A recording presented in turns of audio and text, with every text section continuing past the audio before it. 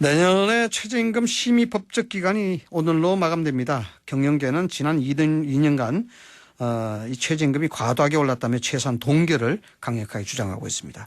노동계는 공약대로 1만 원을 고수하면서 양측 의견이 팽팽하게 대비되고 있죠. 자, 이런 가운데 여당 내부에서 최저임금 동결 목소리가 나와서 이목이 집중되었습니다. 당 지도부의 최저임금 동결을 건의하신 분이죠. 민주당 내 경제통이고 이해찬 대표의 경제부문 특보를 맡고 계신 분입니다. 최운열 민주당 의원 연결해서 자세한 이야기 나눠보겠습니다. 안녕하십니까? 안녕하세요. 네, 안녕하십니까? 인터뷰 승낙해 주셔서 감사합니다. 예. 네. 자, 이 소신 발언을 하신다고 해서 이목이 집중이 됐는데 이 소신 발언이 사실 쉽지 않는 발언인데요. 네. 예. 최저임금 인상에 반대하신 이유가 무엇인지 여쭤봐도 될까요? 반대라기보다도요. 지난 대선 때 사당 대선 후보 공임 1만 원 최저임금 공약을 했습니다. 네네. 그러나 그거는 이제 우리 경제가 감당할 수 있는 범위 내에서 이렇게 인상을 해서 궁극적으로 만 원이 가야 되는 건데요. 네네. 지난 2년 동안은 너무 의욕이 앞서서 2년 동안에 거의 30% 가까이 올리다 보니까 주로 소상공인 자영업자들의 어려움이 굉장히 가중된 것도 사실입니다. 네. 그래서 지난 2년 동안의 인상폭이 너무나 크기 때문에 이 최저임금 근로자를 채용한 경제 주체들이 지급 여력이 생기는 걸 봐가면서 점진적으로 인상하는 게 필요하다. 그런 차원에서 저는 개인적으로 내년에 동결하는 게 필요하다 그렇게 말씀을 드린 겁니다. 네, 의원님께서는 국회의원이시기도 하고 또 경제학자시기도 한데 말씀이 1만 원이라는 부분은 충분히 감당할 수 있으나 그 속도에서 문제가 있다 이렇게 보시는 거군요. 네. 네, 당장은 그렇죠. 당장은 그렇다. 그래서 지난번 대선 때도 우리 후보는 2020년 목표 년도가 다른 야당의 경우에는 2022년까지 만 원으로 올리겠다 그런 공약을 다들 했었거든요. 네, 네. 한 가지 좀 궁금한 게 있어서 그러는데요, 의원님. 네. 그 의원님께서는 이해찬 당대표의 경제특보이신데 이런 발언 하시기가 부담스럽지 않았습니까? 어떻게 좀 교감이 있으셨습니까? 그 정당이라는 게 이제 민주정당이어야 되잖아요. 네.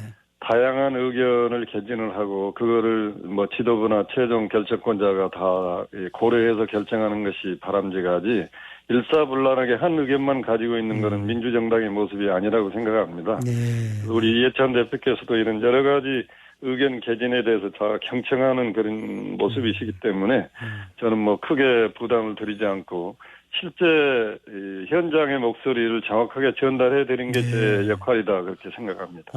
간추려서 말씀을 드리자면은 사전에 교감이 있어서 이야기한 건 아니다. 네, 전혀 교감이 있어서 한 건 아닙니다. 네.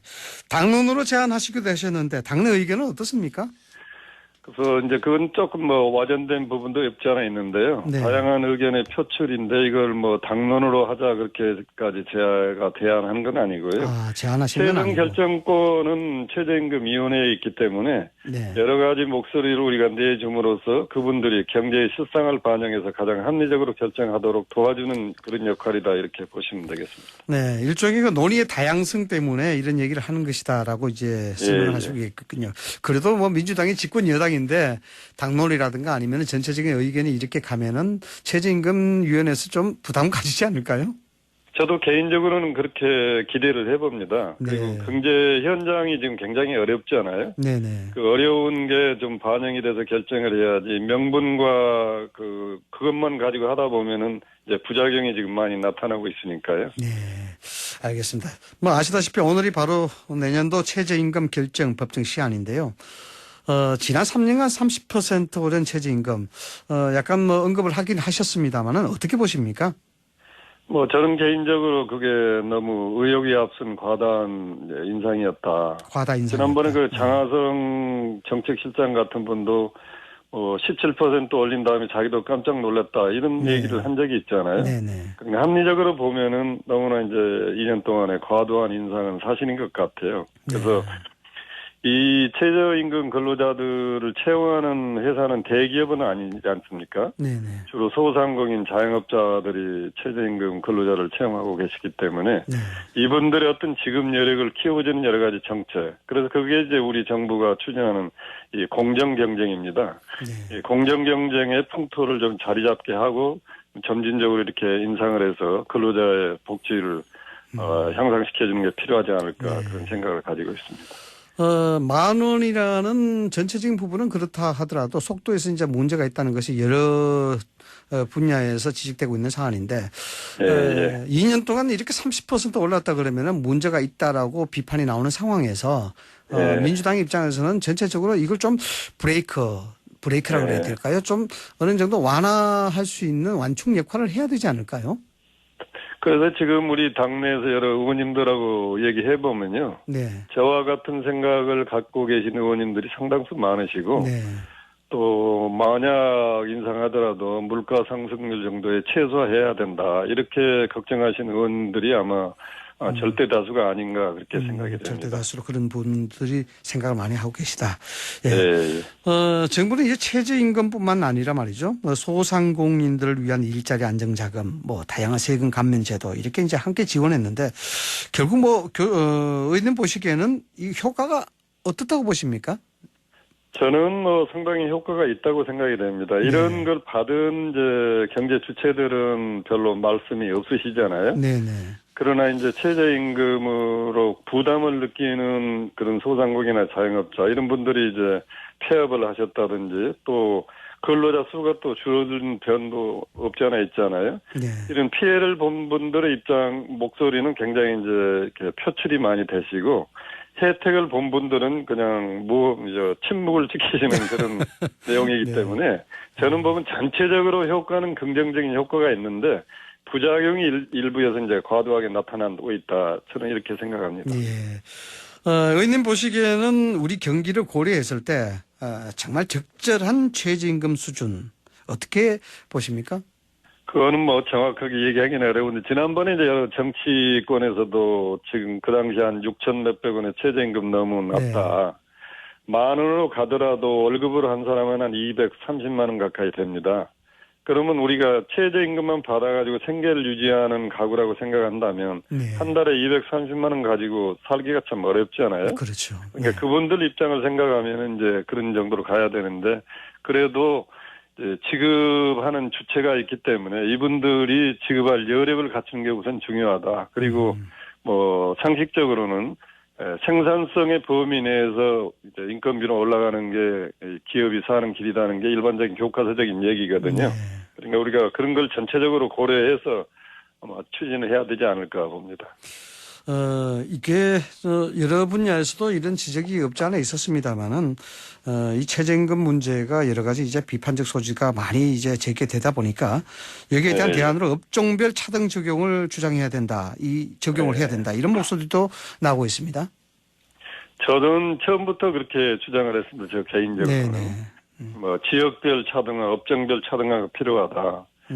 서울의 최저 생계비하고 도서벽지 최저 생계비가 같을 수는 없잖아요. 그럼요. 많이 다르죠. 그런 걸 좀 고려하고 또 업종도 정말 호황을 누리고 경쟁력 있는 업종이 있는 반면에 굉장히 경쟁 열의에 있는 업종도 있거든요.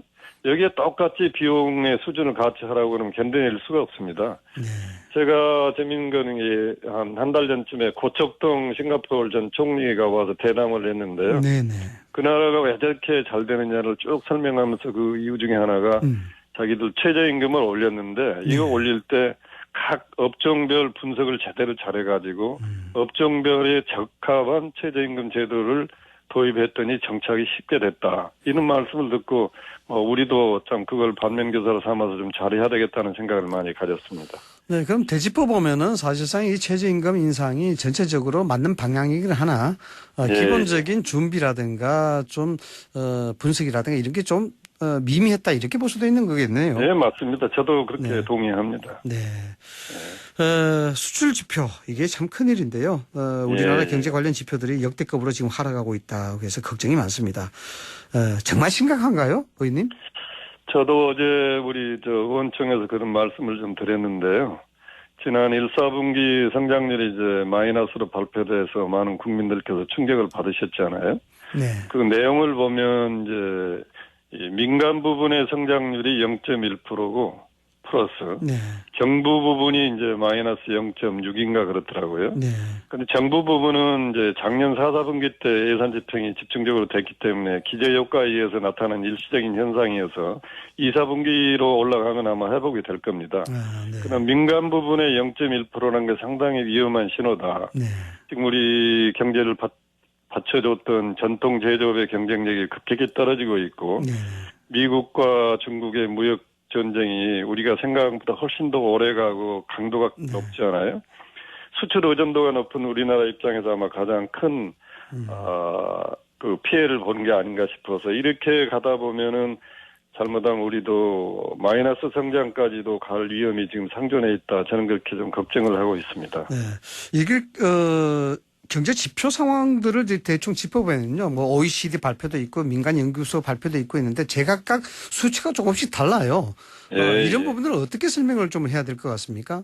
경제 예측이라는 게 어느 누구도 정확히 얘기할 수가 없는 겁니다. 네. 왜냐하면 경제 상황이라는 게 시시각각 바뀌기 때문에. 그러니까요. 그래서 대개 이제 레인지를 가지고 이제 얘기를 하거든요. 네. 뭐 2.4에서 뭐 2.7이다 이렇게 하기 때문에 어느 기관이 가장 정확하다 이렇게 얘기하기는 좀 어려울 것 같고요. 네. 뭐 대개 한 2에서 3에 이른 레인지 가지고 우리가 얘기하는 게 바람직하지 않을까. 저는 개인적으로 그렇게 생각이 됩니다. 2에서 3 정도로 봐야 되는 것이 맞다. 예, 예. 말씀하신 대로 전통적인 우리 경제 기반 시설 자체가 산업 자체가 조금 힘을 잃어가고 있는 상황이고 또 미국과 중국의 무역 정쟁에 대한 여파도 있고 했는데 지금 가계 부채가 좀 심각하지 않습니까? 맞습니다. 가계부채가 이 주의를 잘 못 끄는 네네. 제가 보기에는 상당히 심각한 수준에 와 있다. 네. 저는 개인적으로 1997년 8년에 IMF 외환위기가 기업 부채발 위기였다면 앞으로 만약에 우리나라가 어떤 위기가 온다면 이건 가계부채발 위기가 될 가능성이 굉장히 높다고 저는 오래전부터 경고를 하고 있습니다. 네. 말씀을 여쭙기가 좀 조심스럽긴 합니다만 이 가계부채 관련해서 부동산의 영향이 크다고 하는데 의원님 보시기에는 개인적으로 어떻게 보십니까? 그건 사실입니다. 네. 그러니까 지난 정부 여러 가지 이제 경제 정책을 보면 옛날에는 가장 쉬운 게 부동산 가지고 이제 경기를 부양하기도 하고 경기를 너무 과열된 걸 좀 잡기도 하고 그랬잖아요. 네네. 근데 지금은 그런 게 잘 맞지가 않는데 과거 바로 우리 전 정부 때도 그런 부동산 정책에서 경기를 부양한 네. 그런 효과가 지금 굉장히 부정적으로 많이 나타나고 있거든요. 네네. 그래서 앞으로 이 부동산을 경기 정책의 수단으로는 절대 쓰면 안 된다. 저는 그렇게 생각합니다. 네. 의원님께서는 이 재정을 확대해도 괜찮다. 재정 확대에 대해서 이야기를 하신 적이 계신데 네. 정부 실질적인 재정 상태를 보여주는 관리 재정 지수는 악화됐고 우리나라의 재정 관리에다 빨간불이 켜졌다는 그런 얘기도 있습니다. 이 부분에 대해서도 어떤 형태에서 재정 지출의 확대 이야기하셨는지요? 그러니까 지금 현재 이제 우리가 국가 부채 비율이라는 게 있고 매년 하는 관리 재정 수지 부분도 있고 그렇잖아요. 네. 그럼 전체적인 국가 부채 비율을 보면은 되게 이제 35% 내지 뭐 한 40% 왔다 갔다 하는데요. 이 비율 자체가 큰 의미를 부여하면 안 된다 저는 그렇게 생각합니다. 네. 미국을 미국을 비롯한 OECD 가입국들이 대개 한 100% 전후가 되고 일본은 220% 정도 되지 않아요? 네네. 그리고 IMF나 OECD 같은 데서도 우리 정부한테 레커멘드 하기를 확장적 재정 정책의 필요성을 많이 얘기를 합니다. 네네. 그래서 저도 지금같이 민간 부분이 이렇게 어려워지는 상황에서 궁극적으로는 민간 부분이 경제를 끌어가야 되거든요. 그렇죠. 그래서 민간 부분의 경제를 끌어가기 위해서 규제 개혁이라든지 노동 개혁 같은 걸 과감하게 추진을 하되 지금 당장 어려워진 상황은 성장의 불씨가 꺼져버리면 안 되잖아요. 네. 그런 부분을 재정이라도 뒷받침이 돼서 성장의 불씨가 마이너스로 가지 않도록 해야 될 책임은 정부한테 있다. 이런 차원에서 저는 이런 시점에서는 확장적 재정 정책을 제가 주장하고 있습니다. 확장적 재정 정책에 있어서 일본이라든가 서구를 예를 드셨습니다마는 우리나라와 비교했을 때 소위 말하자면 컨디션에서 좀 다르지 않을까요? 감당할 수 있을까요? 다르죠. 네. 네, 미국은 기축통화국이고 네. 일본 같은 경우는 국채를 많이 발행해도 대부분 일본 국민들이 소유하고 있거든요. 네. 그러니까 220%가 되더라도 극단적으로 가서 그런 위기에 처할 가능성이 상당히 낮은 편입니다. 네. 그러니까 유럽을 보면 대개 한 120% 정도 되면 위기를 맞지 않아요. 그건 그렇죠. 대부분 해외 투자자들이 보유하고 있어서 그 나라 경제가 좀 나쁘다 하면 일시에 팔고 나가버리기 때문에 위기가 오는 겁니다. 그래서 그런 걸 보면 우리도 미국과 일본 같은 하고 직접 비교할 수는 없겠지만은 최근에 좋은 지표가 하나 있는데요. 6월 11일 날 외평치를 발행했습니다. 우리 네. 정부가. 그중에 5년물 5억 불을 발행했는데 금리가 미국 금리 2.117%보다 한 30bp 정도 높은 금리로 발행했어요. 네. 그 역대 굉장히 최저 금리거든요. 그거는 국제금융시장에서 한국을 평가하기를 아직도 재정 건전성 면에서는 문제가 없다. 이렇게 없다. 평가를 하고 있다는 게 객관적인 지표입니다. 네, 알겠습니다. 자, 다른 질문 하나 드리겠습니다. 김상조 신임 청와대 정책실장이 사령탑 맡았는데 기업 네. 규제에 대해서 강화될 수 있다 이런 우려가 있습니다. 어떻게 진행되리라 보십니까? 저는 그건 좀 기우라고 생각합니다. 네. 김상조 정책실장이 20, 30년 동안 이제 재벌 연구하고 재벌의 문제점을 지적해서 저 사람은 재벌의 킬러다 뭐 이렇게 얘기하지만 굉장히 사고가 유연한 사람입니다. 네. 그러니까 이 상황에 맞게 어떤 경제 정책을 유연성 있게 처리할 사람이지 우리 일반적으로 알려진 대로 기업을 옥죄고 기업의 뭐 발목을 잡고 그런 사람은 아니라고 저는 개인적으로 생각해서 상당히 우리 경제 정책도 조금 유연하게 정책의 방향도 변하지 않을까. 그런 오히려 기대를 해보고 있습니다. 예.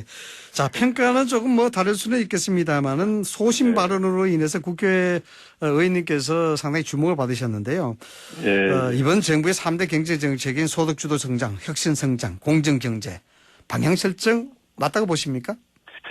저는 이제 과거 고성장 시대의 경제 정책으로는 더 이상 한국 경제가 지속 가능한 성장을 하기 어려운 상황이라고 봅니다. 네. 지금 현재 기업이 투자를 하지 않고 있는데 투자를 하지 않는 이유가 돈이 없어서 안 하는 것도 아니고 금리가 높아서 안 하는 것도 아니거든요. 네. 결국은 만들어 놓은 물건이 팔리지를 않고 수익성이 없으니까 못 하는 거 아니겠습니까? 네. 그러면 이 기업이 만든 물건을 소비할 수 있게 만들어준 여력을 갖춰줘야 됩니다. 궁극적으로. 네. 그 내수가 살아나야 되는데 네, 그렇죠. 이런 차원에서 이제 문재인 정부가 이제 소득주도 성장이라는 정책을 폈는데 이것도 내용을 들여다보면 세 가지가 있습니다. 네. 이제 최저임금 문제, 비정규직의 문제를 어떻게 해결할 거냐. 네. 두 번째는 사교육비라든지 주거비라든지를 어떻게 좀 낮춰줄 거냐. 그렇죠. 네. 세 번째는 사회 안전망을 어떻게 제대로 갖출 거냐. 굉장히 필요한 정책입니다. 네. 그런데 이제 최저임금 같은 걸 좀 과하게 하다 보니까 최저임금이 소득주도 성장의 전부인 것처럼 지금 네이밍이 씌워져 있잖아요. 네. 그래서 제가 보기에는 이게 프레임 전쟁에서 우리가 지고 있지 내용을 보면은 앞으로 방향이 이대로 가야 된다. 방향은 맞다. 그리고 이 혁신 성장이라는 건 정말로 절대적으로 필요하잖아요. 네. 한국의 제조업이 경쟁력이 잃어갈 때 새로운 성장 동력을 어떻게 찾을 거냐. 이게 바로 혁신 성장의 내용입니다. 네. 그러니까 혁신 성장을 통해서 파이를 키우자. 이게 필요한 거고. 네. 그다음에 공정 경쟁이라는 게 우리나라 중소기업이 차지하는 경제에서 차지하는 비중이 굉장히 높은데 우리나라 중소기업은 외국의 중소기업과 다르게 자체 브랜드로 수출하고 하는 그런 기업이 별로 없습니다. 대부분 다 대기업에 납품을 하지 않아요? 그럼 대기업과 중소기업 사이에 거래에서 공정한 경쟁만 해도 중소기업의 경쟁력이 살아날 텐데 우리는 거기에서 불공정 경쟁이 지금까지 거의 정착되다시피 됐거든요. 그래서 이 부분을 어떻게 경제 민주화를 통해서 공정한 경쟁을 만들 거냐. 그래서 저는 이 정책의 방향 자체는 이 시기에 필요한 정책이다. 그러면 정책을 실현할 때 여러 가지 전략을 시장이 작동할 수 있게 합리적으로 좀 유연하게 했으면 좋겠다. 전략을 추진하는 데 있어서 유연성이 굉장히 중요하다. 예. 알겠습니다. 시간이 많으면 저 여러 가지 얘기 좀 깊게 나눠봤으면 좋겠습니다만 시간 관계상 여기서 좀 마무리해야 될 것 같습니다. 시간이 너무 적습니다. 네, 그러니까요. 지금까지 최운열 민주당 의원과 이야기 나눠봤습니다. 오늘 말씀 감사합니다. 감사합니다.